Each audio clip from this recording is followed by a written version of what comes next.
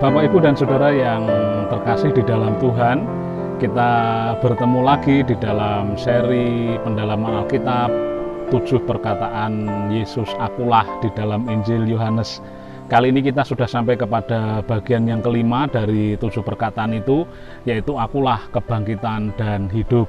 Saudara-saudara yang dikasih Tuhan, ungkapan akulah kebangkitan dan hidup terdapat di dalam Yohanes pasal 11 ayat yang ke-25. Tetapi akan sangat baik apabila Bapak, Ibu, dan Saudara semua membaca secara utuh Yohanes pasal 11 ayat 1 sampai ayat 44. Sebab apa? Ungkapan akulah kebangkitan dan hidup itu ada di dalam sebuah frame cerita yang lengkap, yaitu kisah tentang Yesus membangkitkan Lazarus. Nah, waktu itu Yesus berada di seberang sungai Yordan. Yohanes 10 ayat 40, Yohanes 11 ayat 3. Ia mendengar kabar bahwa Lazarus sakit. Nah, sangat menarik karena waktu Yesus mendengar Lazarus sakit, ia tidak segera menengok Lazarus. Ia memilih tinggal 2 hari lagi di tempat ia berada, Yohanes 11 ayat 6.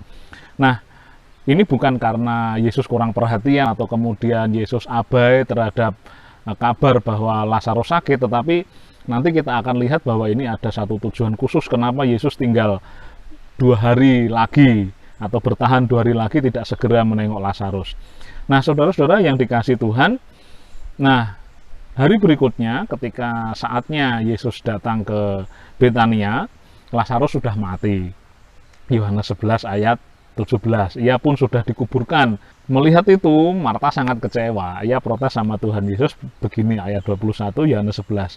Sekiranya engkau ada di sini, kemarin-kemarin maksudnya saudaraku pasti tidak akan mati. Maksudnya, coba Tuhan ketika engkau mendengar Lazarus sakit dan engkau datang segera, nah tentu Lazarus tidak akan mati, engkau pasti akan menyembuhkan sakitnya. Kira-kira seperti itu protesnya. Kita tahu akhirnya bahwa Yesus membangkitkan Lazarus. Nah, di saat Yesus atau sesaat sebelum Lazarus bangkit itulah Yesus menyatakan bahwa dialah kebangkitan dan hidup, bahwa siapa yang percaya kepada Yesus dia akan hidup walaupun sudah mati, Yohanes 11 ayat 25. Dan sesaat setelah mengatakan ungkapan itu, akulah kebangkitan dan hidup, Yesus pun membangkitkan Lazarus dari dalam kubur. Nah, saudara-saudara, mari kita lihat bersama apa maknanya untuk saya dan saudara semua. Nah, saudara, kita kembali kepada kenapa Yesus menunda. Nah, nampaknya seolah-olah Yesus tidak perhatian tadi, menunda, tidak segera datang menengok Lazarus. Nah, ini bukan tanpa tujuan. Sebab apa, saudara? Yesus berkata demikian, penyakit itu tidak akan membawa kematian, tetapi akan menyatakan kemuliaan Allah. Sebab oleh penyakit itu anak Allah akan dimuliakan. Jadi Yesus sudah punya rencana untuk Lazarus, ingin menyatakan tanda-tanda kuasa dan kehendak Allah di dalam sakitnya Lazarus sampai akhirnya Lazarus nanti meninggal dunia. Nah, Yesus begini maksudnya, saudara, nampak di dalam ayat 14 sampai 15. Ia berkata kepada murid-murid begini. Ini saya parafrasekan ya. Ya, Lazarus mati. Tetapi lebih baik kalau aku tidak hadir pada waktu itu.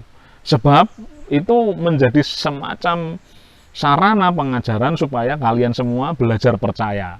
Nah, disinilah melalui ayat 14 sampai 15 inilah kita bisa memahami bahwa penundaan Yesus adalah jalan untuk menyatakan kemuliaan Allah supaya murid-murid dapat belajar percaya, juga untuk Maria dan Marta. Nah, saudara, ini seringkali kita alami, bukan? Seolah-olah kita merasa bahwa kita dibiarkan sendirian oleh Tuhan, seolah-olah Tuhan tidak hadir pada saat kita ada di dalam kesesakan, ketika kita begitu berharap pada pertolongannya. Tetapi kita tahu sekarang bahwa itu sering dipakai oleh Tuhan untuk mengajar kita supaya kita belajar memfokuskan diri dan bergantung sepenuhnya kepada Tuhan.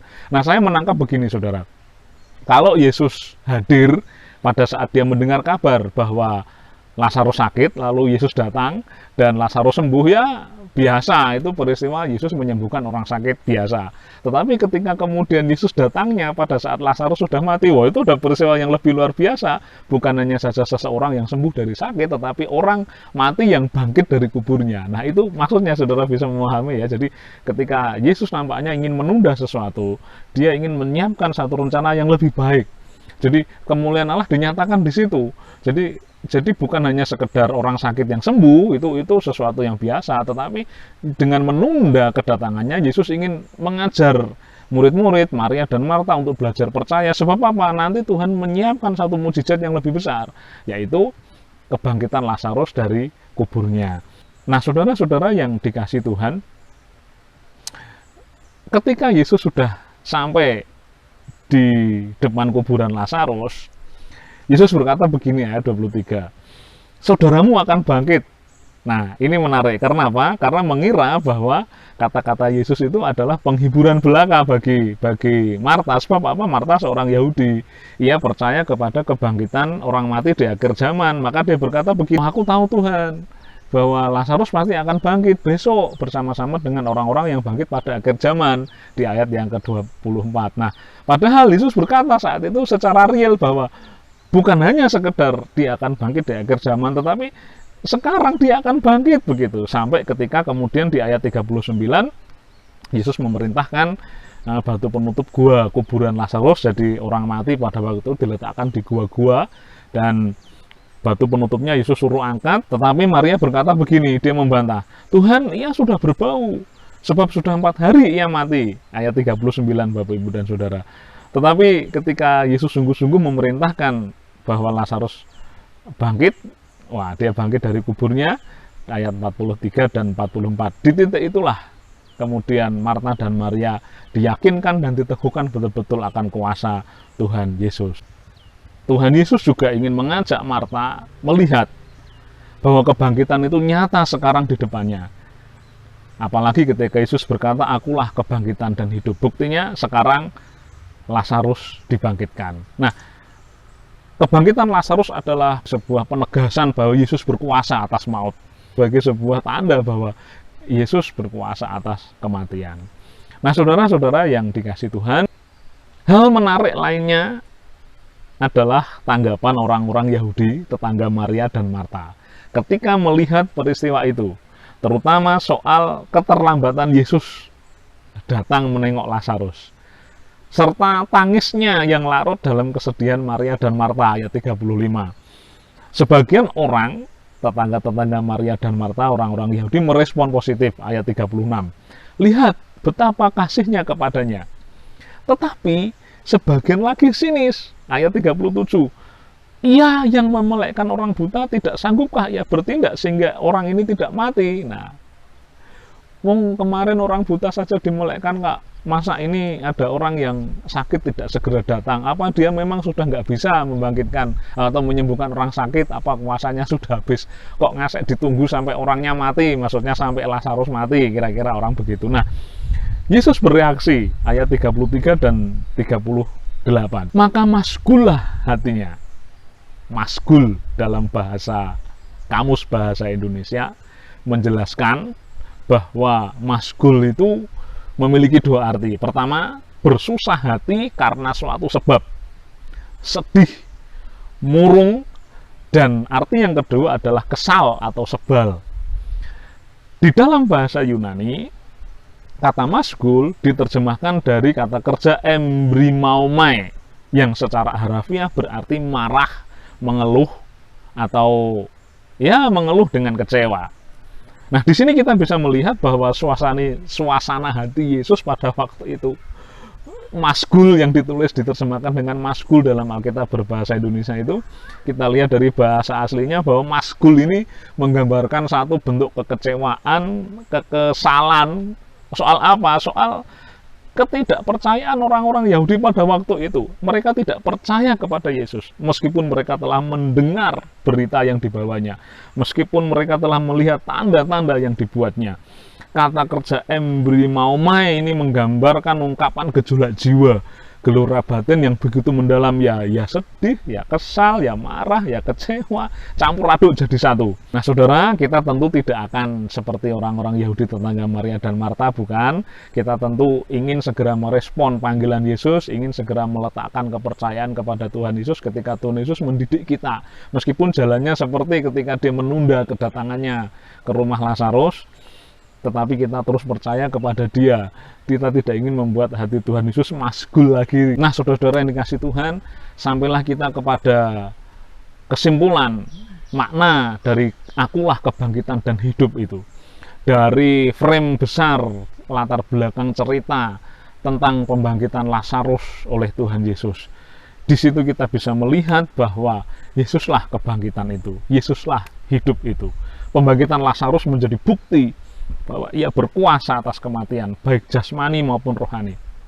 Yesus berkata di dalam Yohanes 11 ayat 25, barang siapa percaya kepadaku, ia akan hidup walaupun ia sudah mati.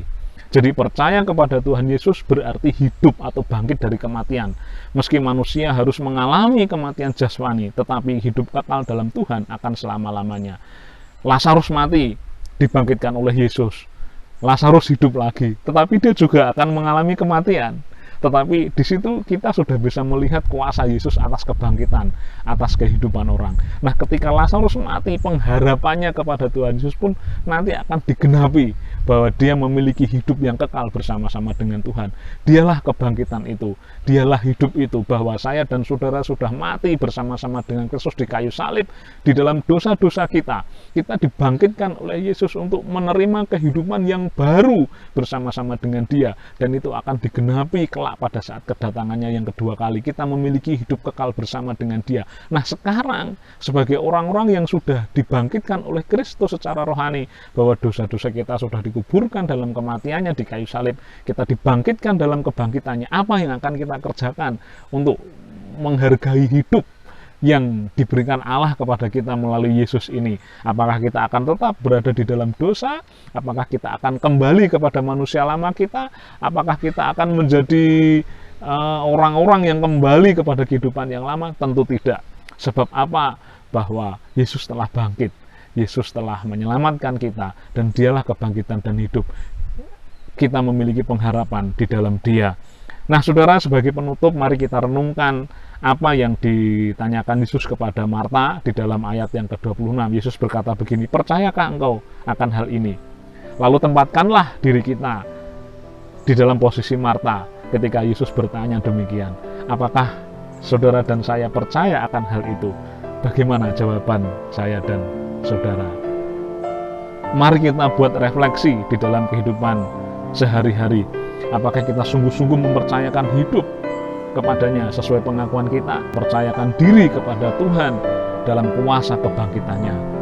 Tuhan memberkati Bapak, Ibu, dan saudara semuanya. Amin.